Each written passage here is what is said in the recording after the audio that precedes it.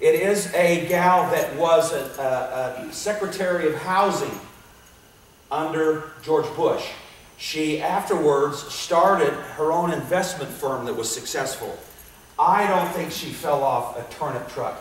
I loved the way she presented things because she was explaining what she tried to do, how she tried to go back to decentralizing power and funding to communities and counties, and the government came in and stopped them. She is progressively showing this is why things happen. This is what's happening. This is what the bailout was. This is a hugely, I think, valuable video to watch because at the time I had to cut it down to about 10, 12 minutes, and it covers a number of key things, including your introduction. But it is, again, realizing, putting all of these pieces together and going, okay, I know the sky is blue, I know everything doesn't look like that big of a deal, but folks, we need, and this is the key, there is something we need to be doing. Now, this is my opinion, but we got to stop thinking there's nothing we can do or that it will be solved politically. There's too much money. We do not own the politicians. The money owns the politicians. And I don't know that enough of them have the strength to stop this because it is, the size and the power of it is frightening. But what we should be doing and can be doing is, like the one investor said, you need to prepare yourself, your family, but also our power to stop this is in your own community. Now, they are taking on gun control, and I've got a bunch of material on gun control issues, but they're taking on gun control like they did healthcare. It is their only purpose in life now. And they have to get this for them to be able to do the other things that they need to do. It just has to happen. Now, they're patient people. It'll take the time that it takes. And they'll, if it doesn't work this way, it'll go that way. And you see those kind of things happen in Texas with the toll roads and transportation system and things that they're doing. People will stand up and stop them, but then they'll find another way to bring the same thing into town. So watch this and think about what she's saying, and maybe I need to spend more time actually looking at these things and seeing how valid they are, and is it something that should cause me to change my behavior, and maybe spend a little more time and effort in preparing and getting to know your neighbor and becoming a strong neighborhood. And this we have always been able to do, and that's what really the only thing we can do other than try to influence other people. So let me play this for you.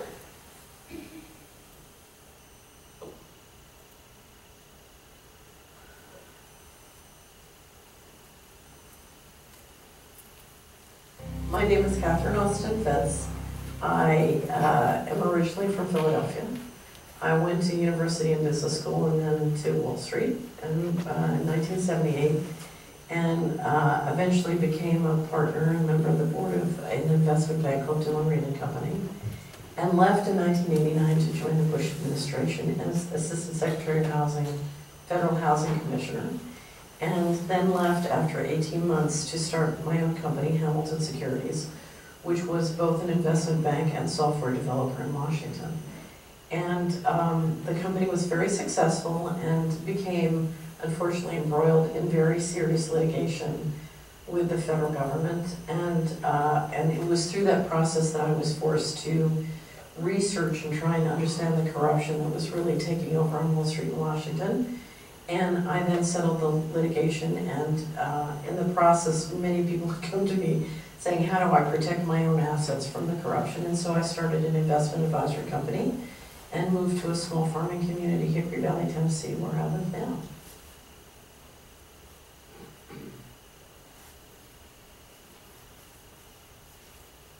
Since the beginning of the Republic, so from the Revolutionary War till about 18 months to 2 years ago, if you look at all the debt we issued to finance everything, so finance the Civil War, World War I, World War II, the Korean War, the Vietnam War, all the infrastructures, the building of the highways, all the bridges, the space program, all that, all the government programs, the GI Bill. So you look at all the debt we've issued to finance everything since the beginning of the Republic, that amount of money was $12 trillion. And then in 18 months, we gave or lent from the Treasury and the central bank an equivalent amount, another $12 trillion to the banks. Now what was that about?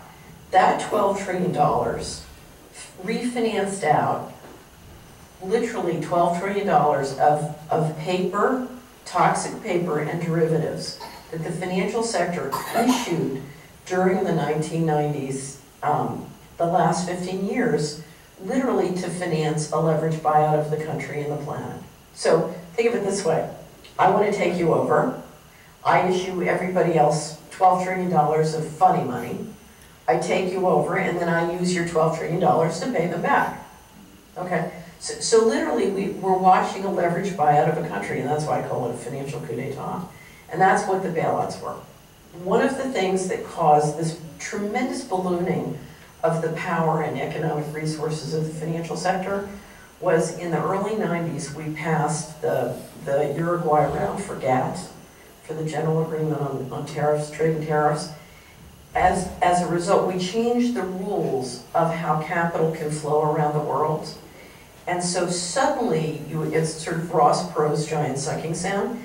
You pull tremendous amounts of capital out of this country, and you shift them abroad into other areas around the world.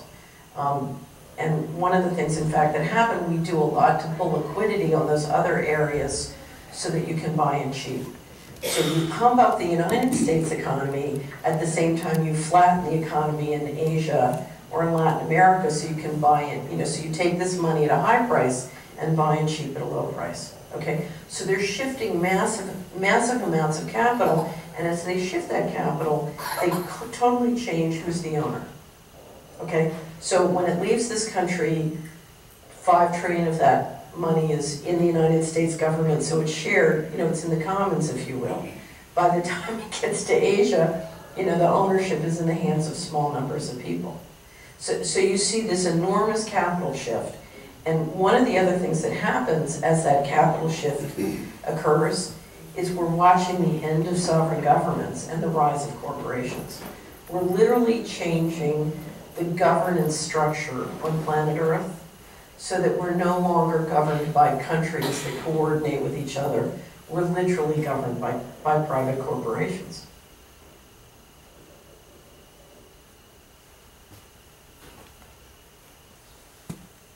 In this process, and part of it is privatization, you're watching liabilities being shifted into sovereign governments and assets being shifted to corporations, okay? So the corporations are getting the assets and the governments are getting the liabilities. So let's go back to the bailout.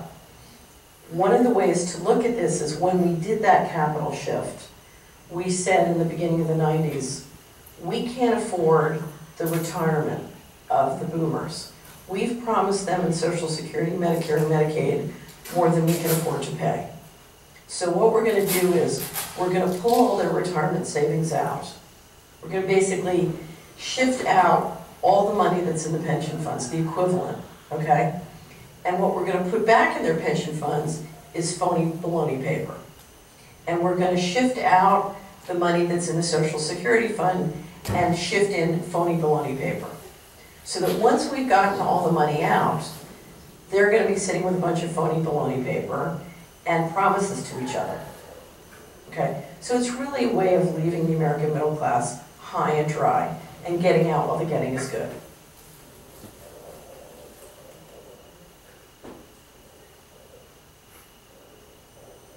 We've been gutting our whole economy for decades. I mean, we've been moving manufacturing capacity abroad significantly since the since the 80s. So this has been going on for 25 years, and it's continuing. And, there's a myth that we're moving it abroad because it's more efficient, and that's not always true. A lot of times we're moving it abroad because we can change who owns it and who controls it by moving it. So, you know, it's churning and it's pumping and dumping in a way that doesn't make the economy wealthier.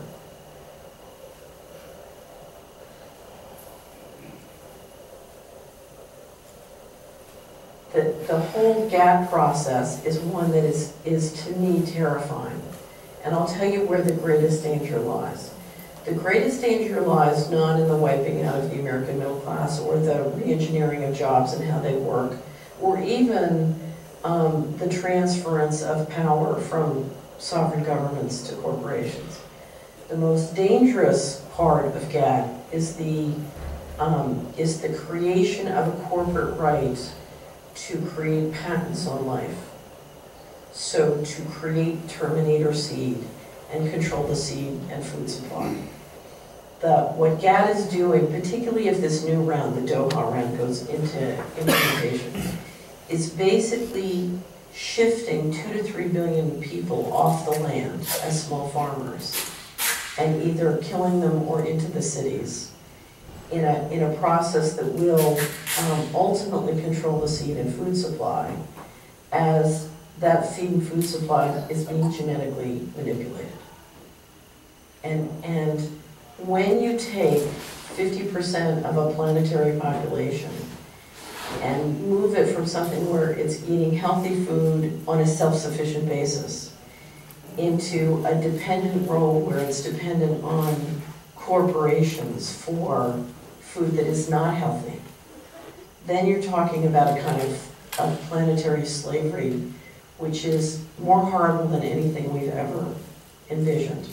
So controlling a very important physical asset is almost essential to having currency control. And one of my questions is control of the food supply part of implementing a globalization currency?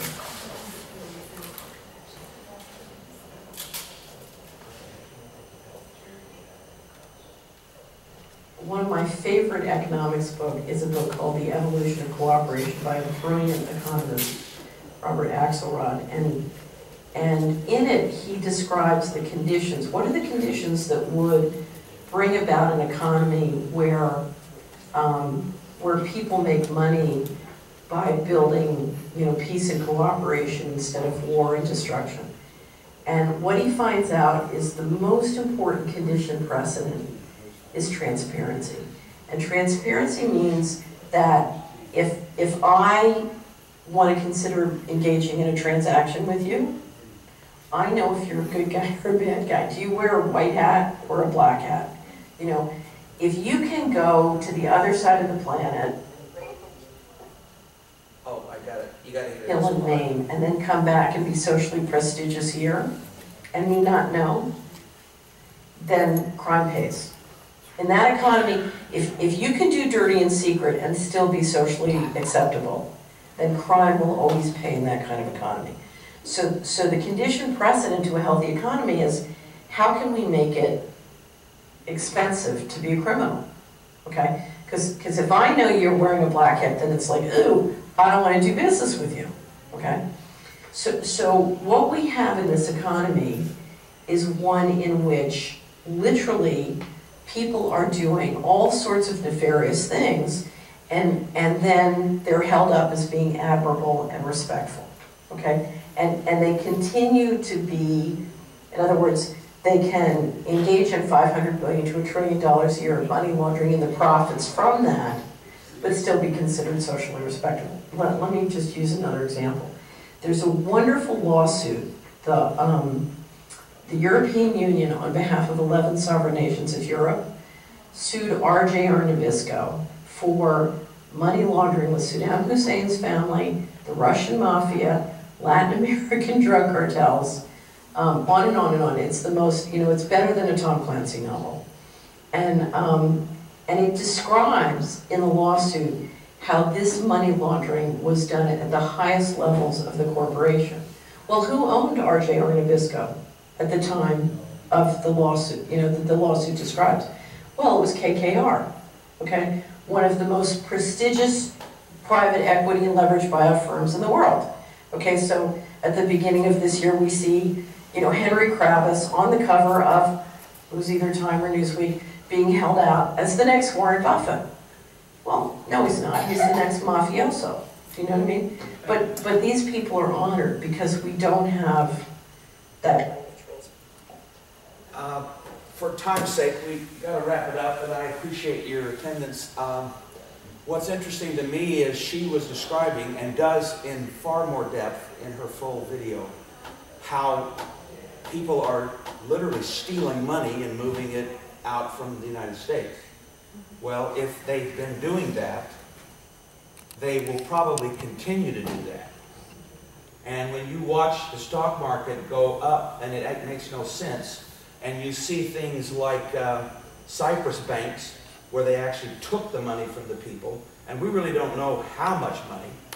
Oh, by the way, while the banks were closed, a lot of money disappeared out the back door. I'm sure it wasn't the Russian mafia or any of those folks, but so they ended up having to take more money of the normal people. But you look at that, and she even addresses our weaknesses in, are we willing to stand up and make a change, or are we too used to benefiting from their fallout? Is, you know, are we getting the money and trickling down to us enough to keep us happy, or are we willing to stand up and go, we've got to stop this? It's great. There's a lot of information out there. I encourage you to take a look at it. And this is about getting us out of the bleachers and on the playing field. Talk, worthless. If it's not action, then I don't think we understand what's happening. Thank you for your time.